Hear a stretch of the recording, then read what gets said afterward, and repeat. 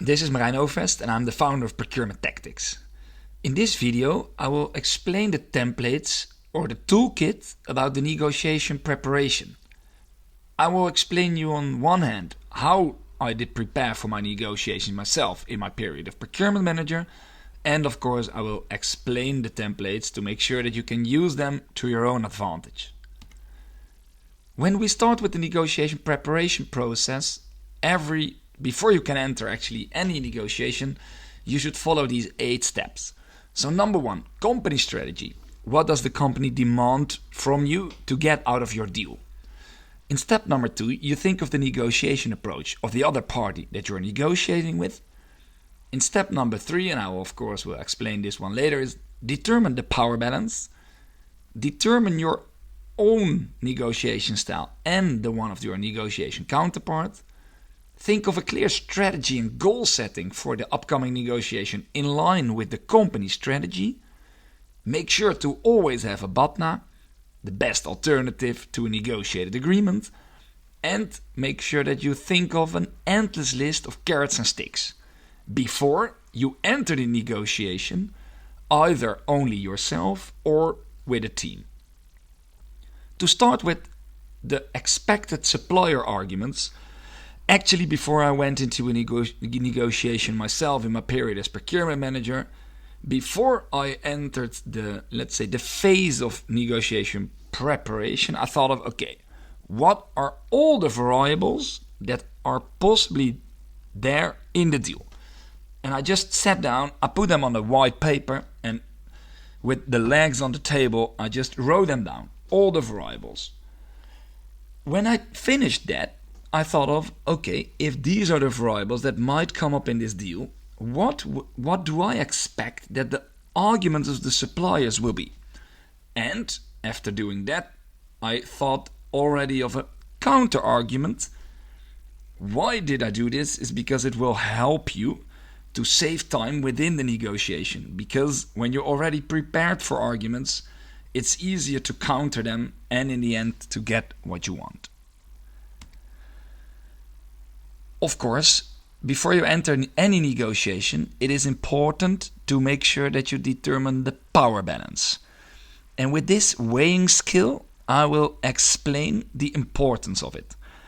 So, on the left side, you see an example of 10%, and on the right side, you see an example of 35%. I will explain this with an experience that I had myself in my period when I was a procurement manager. For example, when I was negotiating with a very large supplier who was responsible for 10% of all of my netto invoice value, so my COGS, so all the things that I bought in a year as procurement manager, it was been increasing with 1% over the last year, where my company, it was a large supermarket, was responsible for 35% of the total sales of the supplier which I was negotiating with. And it was declining, so minus 4%. So what this graph and these figures tells me, and why is it important to find out what your power balance with your suppliers are, is the fact that in the end, the supplier is more dependent on me in this negotiation than I am on him or her. But on the other hand, I am getting more dependent of the supplier because it's increasing with the percent, and the supplier is getting less dependent from me because it's minus 4%. This could mean the minus 4% that the supplier chose to grow, for example, with other retailers out of the section. And for us, this could mean that our customers were more interested in products from the large supplier versus products, for example, with small suppliers. So in the end, if I had to deal with 5 different suppliers, I used this template to write it down to make sure that when there was the dependency on the other side, I knew that a bit of a hardball, let's say hard game negotiation was easier for me than a soft one. And of course, comparing proposals template. This is when you are looking for sourcing or procuring of new products or new services, where you put all the variables that are important for yourself on the left side, and where you put all the suppliers that are quoting on the upside. Then you determine per variable which supplier is best, medium or worst. You put the end one, the winner, in here. So, for example, based on price, quality, speed and variable X, Y and Z, supplier 1 comes out 1 time, 2 times, 3 times. So in the end, I decided to give my business towards supplier number 1. This is a really helpful template, but keep in mind that it's only helpful when you're procuring new services or new products. When you are negotiating with suppliers that you are already doing business with, this one is very important. On the top side, again, you have the supplier A, B, C, D and E. And on the left side, again, the supplier's share in total sales with you, as I explained in the weighing scale slide. Then there's the total sales or invoice value that you are doing with this supplier. There's the growth versus last year. What is the percent of margin we're making on this supplier? And is there any growth? Is there any margin in dollars compared to the percentage? And, for example, and this can differ per section as well, what are the media investments of the supplier? What are the purchase volume rebate things that we have in the contract? And do we or do we not have a growth bonus? In the end, this gave me, before I entered any negotiation or I even thought of thinking of my negotiation strategy, a clear and proper overview on who is the largest supplier. On which supplier do we make the most margin in percentage and euros? And what is the growth per supplier?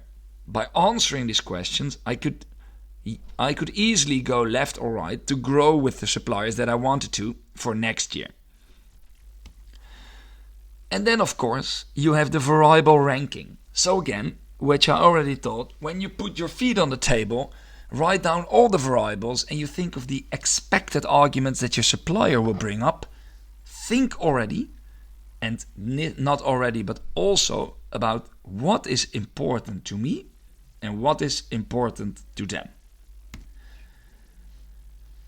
This will help you to determine your qualitative deal movement template. So what I did here is that on the left side, I determined the most important variables that I wanted to achieve in my deal results for next year.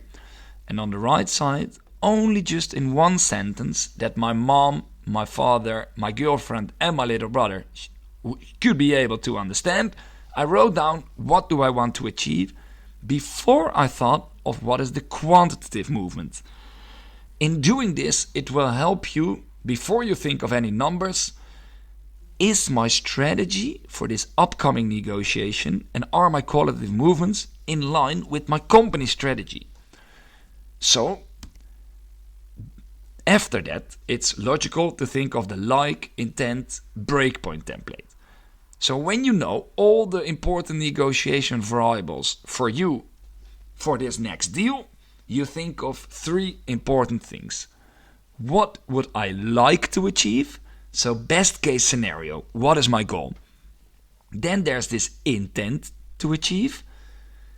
This is the feeling compared with, oh yes, I'm happy with the deal, but not fully satisfied. And then there's this breakpoint to achieve. What is the bare minimum that you want to achieve in your upcoming deal? And then, of course, when you know what you would like to achieve, as well qualitative and quantitative, it's important to think of, okay, what is my negotiation trade-off plan? So again, on the left side, there are the variables that are important for you in your upcoming deal. And on the top side, there are the importance to the supplier. What are things that you can give and what are things that you can take to reach your goals, and when would you do that to achieve your goal? So, for example, if I knew that my supplier wanted to get higher margin for their own product portfolio for next year, one of the things that I could give them was a price increase. One of the things that I could take from them to not achieve their goal is to, for example, delist many products to make sure to put the pressure on them to get the price invoice or the price raise invoice get up. Then, in the end, when will you do that? Also very important, because you have to think of timings as well. The negotiation opening template is also very important. Why is this important? When you already thought of what do I like to achieve, what would I like to intend to achieve, and what is my breakpoint, it could be that your intent to achieve is not the same as your opening, because in every negotiation, and we at Procurement Tactics do not really like it, but sometimes it is needed to open a bit extreme, especially when there's a lack of confidence between you and your negotiation counterpart. So again, your negotiation opening template, on the left side your important variables, and on top you put all your suppliers that you are negotiating with to make sure to have this negotiation opening template filled. And for example, when I used to work as a procurement manager and as the boss of some procurement managers, this was a really nice one to use just to talk through with my team or with my boss. Hi boss, this is my intent, this is my breakpoint for my upcoming negotiations, and I'm going to open the negotiation like this. Then, to achieve your goal, there's the carrots, gives, and sticks and takes template. We already discussed this a bit, but which are the suppliers that you would like to give variable X, Y, and Z, and what are the variables that you can take from them? One example of my own experience is that in summer break, most of my deals were from the 1st of January until the end of December. What I did here is that in summer break, I just invited all my suppliers for a long lunch. So supplier X on Monday, supplier Y on Tuesday, and supplier B on Wednesday. And I just sat down for 2 hours talking about life, about kids, about family, about football, everything that you can imagine. And in this conversation, of course, it was more a personal conversation than a work conversation. But in the end, you find out what are the most important things for the supplier for next year. Because in the end, you always talk business, right? So these you list here.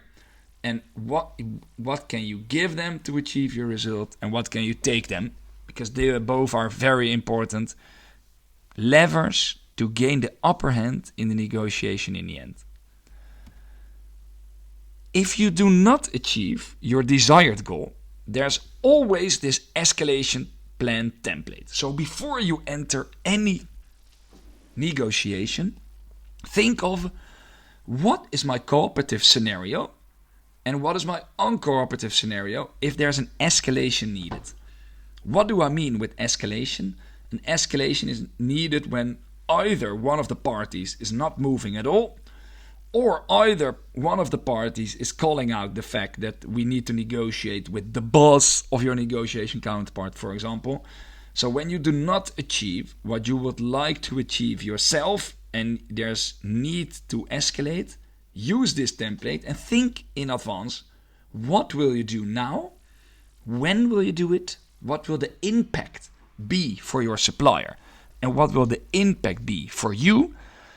And of course, what are the assumptions that are likely going to happen when you put your cooperative scenario in place and your uncooperative scenario? This is the end of the slideshow. Thank you for listening. If you have any more questions for guidance, or you want to discuss with me how to prepare for your upcoming negotiation the best, always feel free to contact me via either email or via LinkedIn. All the best with your negotiations and have a great day. Bye bye.